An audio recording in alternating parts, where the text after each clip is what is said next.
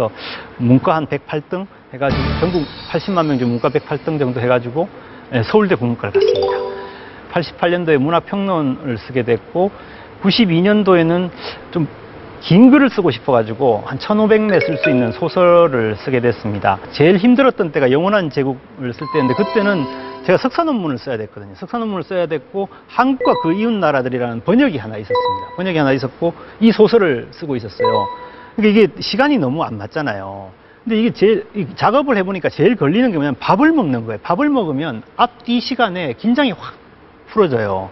이 시간을 줄여야지만 이게 순조롭게 작업이 되겠다. 그래서 생각한 게 11시쯤 일어나가지고 중국집 볶음밥을 먹는 거죠. 그럼 그 열량이 하루를 버티거든요. 커피만 마시면. 그렇게 1년 5개월을 버텨가지고 했는데 이건 제가 독창적으로 개발한 방법이 아니고요. 버지니아 울프가 아침에는 소설을 쓰고 오후에는 에세이를 쓰면서 머리를 식히고 저녁에는 일기를 쓰고 3개 작업을 책상 3개를 펴놓고 동시에 한다는 걸 보고 나도 저렇게 해야지 해서 1년 반 동안 그렇게 해서 영원한 제국을 내게 됐는데 제가 뭐 그렇게 기대하지 않았는데 굉장히 운이 좋아가지고 베스트셀러가 되고 영화화도 되고 박종원 감독님께서 뭐 대종상 8개 부문 수상자 아주 좋은 영화도 만들어지고 그래서 계속 소설가의 길을 걷게 됐습니다. 그 뒤에 인간의 길, 초원의 향기, 시인의 별, 하비로 뭐 이런 작품들을 썼고요. 그 후에 이제 제 찌질함이 이제 절정에 달하는 게 이제 지난 8년간인데요.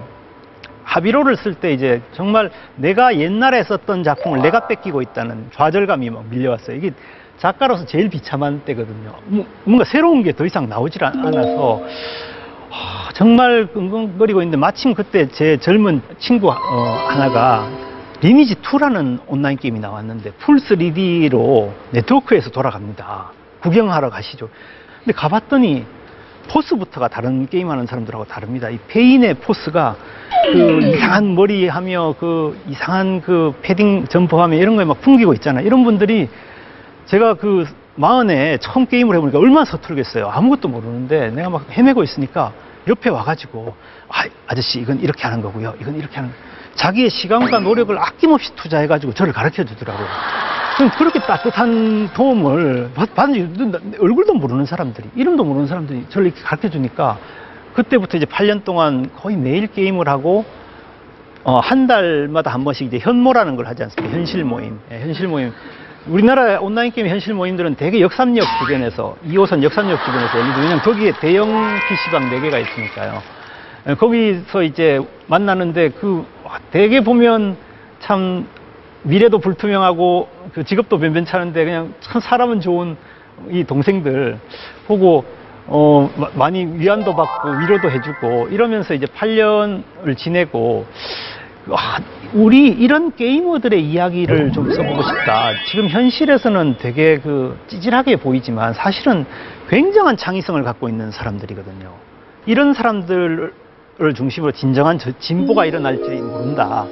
그런 상상력을 동원해서 쓴 게 이번에 나온 지옥 설계도입니다.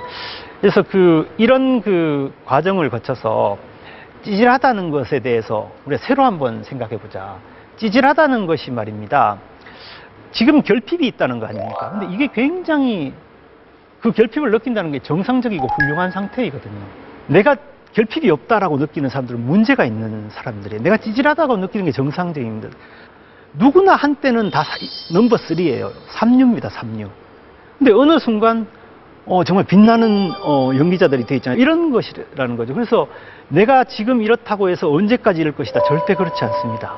상황은 계속 변합니다. 계속 변하고 이런 것들이 참 인생의 심오한 의미 같아요. 그러니까 언젠가 나는 또 어둠이 있으면 또 빛이 있고 빛이 있으면 어둠이 있고 희망이 있으면 절망이 있고 절망이 있으면 희망이 있고 이런 긴 시간의 텀으로 세상을 보고 항상 내 중심으로 내가 정말 좋아하는 걸 해야 된다. 지금요 경제 전문가들이 앞으로 내년 경제가 어떻게 될 것이다 예측을 하잖아요. 적중률이 10%도 안 됩니다. 누가 미래를 알겠어요. 그러니까 앞으로 내가 할 일이 유망할지 아니면 완전히 정말 인기가 없을지 아무도 모르는 겁니다.